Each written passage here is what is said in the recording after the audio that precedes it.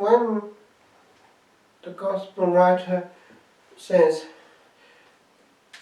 he who loses his life, he is using a Hebrew expression which in the Greek comes through as psyche, his soul, but the word nephesh in Hebrew, soul, is used as it were a reflexive of the verb itself, therefore himself. The person who loses himself will find himself. Is it not actually profoundly true, even on the human level, on the psychological level? The more we seek ourselves, the less we find what we're looking for. Giving, we also give away any right over ourselves and over what we think we have a right to.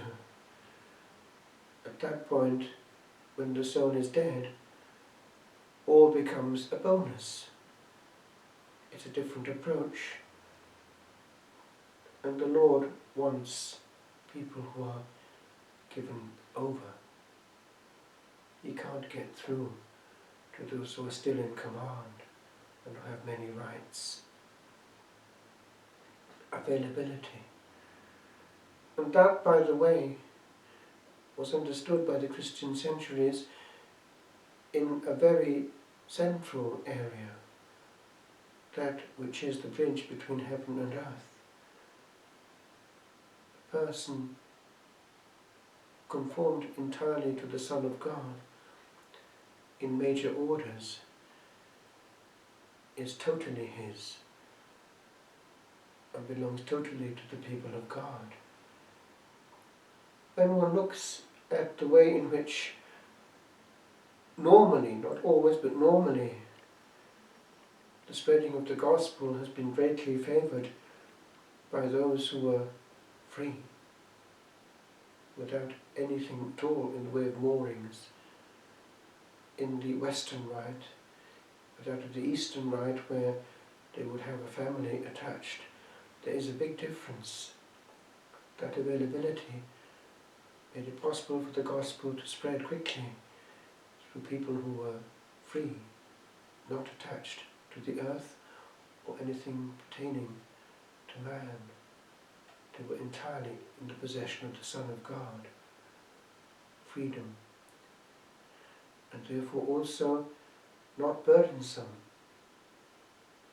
The people of God was able to support a priest on his own without having to add great amounts of money for a whole family. It is a big difference. And the Holy Spirit led the West in that.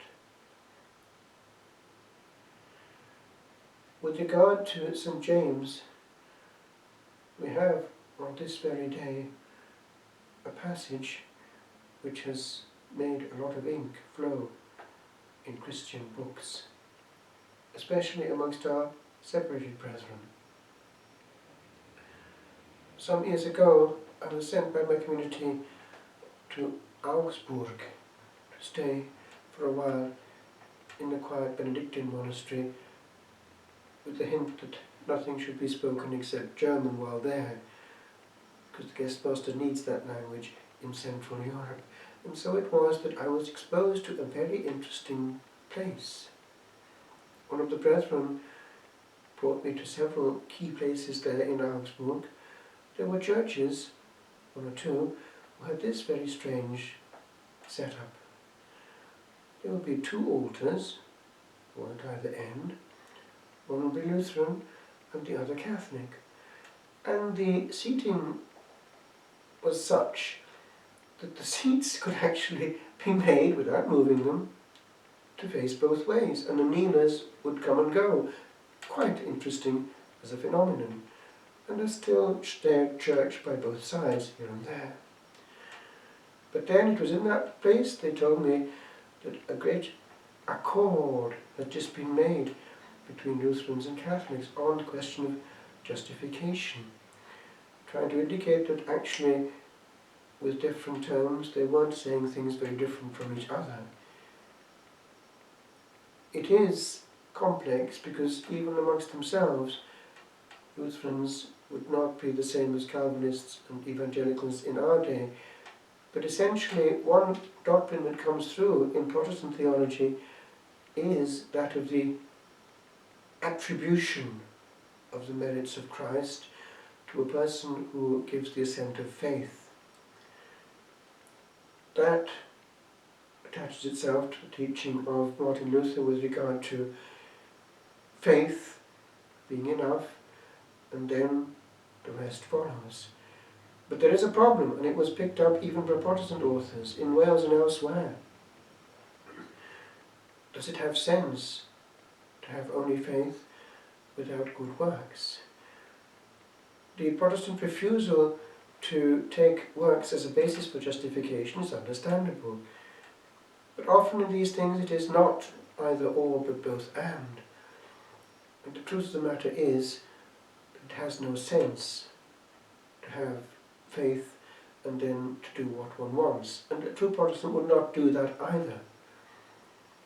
But we must be careful because the same kind of extreme might exist also in our situation in a different form, but the over-sacramentalization of certain areas of Catholicism could be a warning unto us. I mean in practice those who have the mentality, oh, I just go to confession and it'll be handled, but I have no real intention of changing things.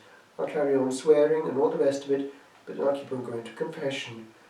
But that is actually using God as a slot machine and handling religion as though it were some great operation which didn't need relationship. So on that we need to look towards also the good things that our brethren have perceived on the other side of the divide. It's all about giving our heart to Jesus Christ, and that bit we need. There is not much sense in giving ourselves externally in beautiful liturgy and not loving intensely Jesus at the altar and the brethren around us in the assembly. Jesus does, and we do the same. However, there is one thing. It is this. The Lord is truth. And if there is a genuine relationship with Jesus Christ, if one begins to perceive that the incomplete nature of where we are is calling us perhaps to something else that we don't want to face, then we lose good faith if we stay where we are. And that is what quite often our brethren will not do. Proof. Attack certain subjects and what will happen? Something of this nature goes on. A barrage of words, automatic answers, no communication, blockage. Why? It's a big why, because it's out there. Why are we afraid of facing certain questions? There is freedom also in giving our soul on that level, availability to further light. Looking at Jesus, we discover 1 hour at a time, one more facet of him and of his truth. But having said that, there is one thing that is important. If we willingly expose ourselves to certain messages, certain types of messages, then we are responsible in causa for the inevitable result. By osmosis, truth or error will come in and come in to stay. The soul needs truth, the fullness of truth. And by the way, the truth can never change, no matter what pressure we subject it to. The Son of God still sits in majestate, and he is not swayed by tendencies. What he might be swayed with is those who genuinely want to know him. Genuinely want to know him. Genuinely. That is the bit that binds us to our brethren throughout the world.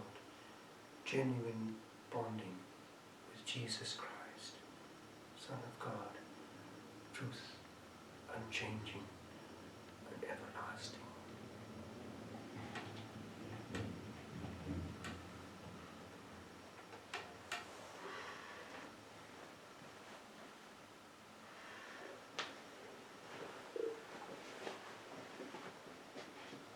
Jesus, remember me when you come into your kingdom.